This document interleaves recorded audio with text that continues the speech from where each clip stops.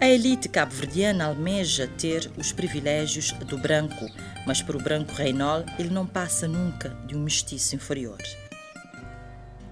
Nos finais do século XVIII, Cabo Verde deixa de ser uma sociedade escravocrata. Nessa época, havia apenas 10% de escravos em Cabo Verde e cerca de 60% de forros. É nesse período que, curiosamente, muitos escravos vão para o Brasil, as Antilhas e Cuba para sustentar o boom do açúcar. Esse branqueamento é a própria razão que nos interpela a pleitar a necessidade de aderirmos ao projeto Rota dos Escravos. O comércio negreiro constitui, pelo seu esquecimento, uma das formas mais gritantes de negação histórica. O projeto da Unesco, Rota dos Escravos, iniciou-se com a intenção de manter viva a memória desse momento histórico. Apesar da importância histórica de Cabo Verde no comércio de escravos, não se compreende o seu papel passivo na recuperação desta memória.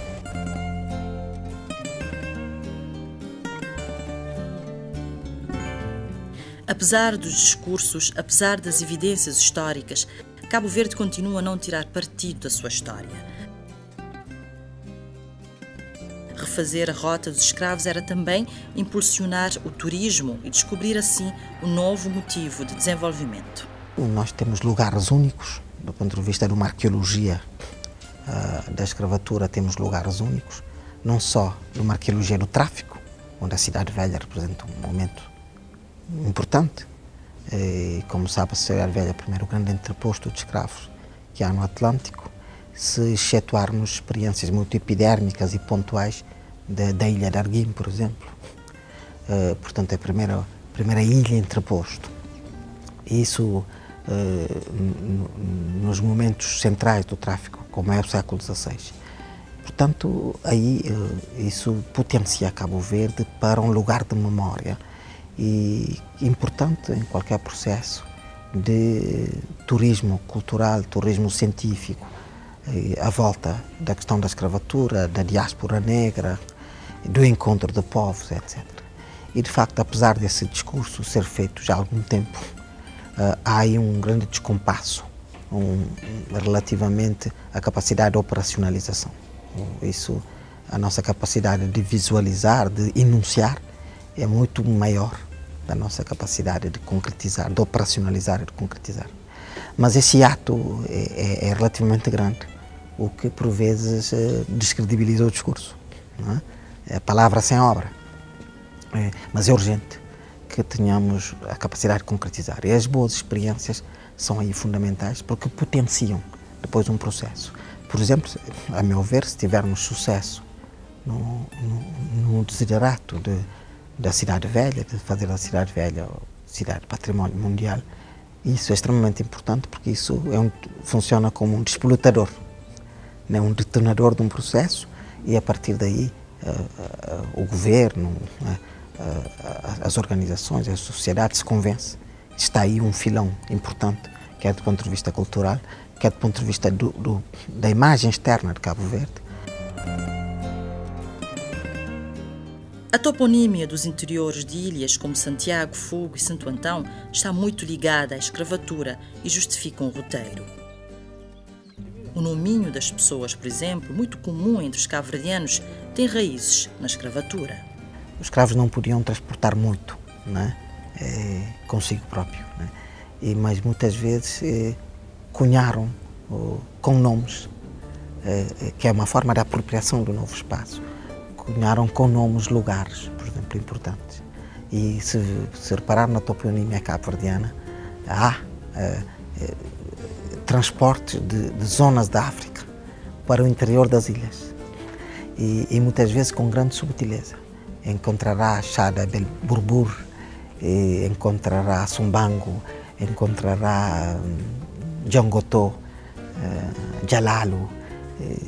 São topónimos de certas regiões africanas que vieram com escravos e, de certo modo, uma forma de resistência cultural, de um apego na memória. Como sabe, os escravos tinham um grande problema, que a escravatura lhes roubava a memória, que era, digamos assim, a violência extrema da escravatura, que não é tanto apanhar no tronco, mas é retirar a memória.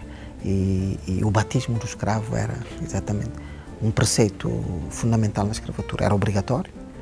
O senhor que não batizasse escravo podia perdê-lo, porque as ordenações impunham como ato obrigatório retirar o escravo o seu nome original e dar-lhe um outro. Veja nisso um simbolismo, quer dizer, é importante reapropriar desse corpo, retirar-lhe o nome. E o nome é importante na autorreferenciação, nosso nome, né? E essa violência simbólica é fundamental. E os escravos não podiam resistir a ele. E daí que os cabo-verdianos produziram muitos nominhos, muitos nomes resistindo a outros nomes que eram alheios. E muitas vezes utilizaram a toponímia como lugar de fixação da toponímia africana. Seguir a rota dos escravos é mais do que aprofundar as raízes da escravatura. É também desbravar uma nova rota que possa apontar o desenvolvimento e recuperar, também em termos socioeconómicos e culturais, a desvantagem histórica que a colonização impôs aos vários povos da África e das Américas, com maior incidência na vasta diáspora africana. Cabo Verde e o mundo não se pode aliar ao fato de o processo histórico da escravatura africana ter sido um doloroso capítulo da construção da riqueza da sociedade capitalista contemporânea e da desestruturação da África, até hoje votada ao subdesenvolvimento. Não é possível olhar o atual sistema produtivo, as relações de trabalho e a hierarquia social sem identificar a maléfica herança de um mundo que se estruturou na escravatura. Foram milhões de homens, mulheres e crianças arrancados de suas terras, transportados como mercadorias, expostos a todas as condições de maus tratos e utilizados como instrumentos de trabalho de um sistema produtivo que alimentou o sistema capitalista mundial. Foram outros milhões que fizeram a diáspora negra pelo mundo, inclusive em Cabo Verde, e que em cruzamentos mestiços ou em cantonamentos étnicos ou não, ainda procuram o seu lugar ao sol e suscitariam nestes tempos a súplica de Castro Alves. Dizei-me vós, Senhor Deus, se eu deliro ou se é verdade tanto horror perante os céus.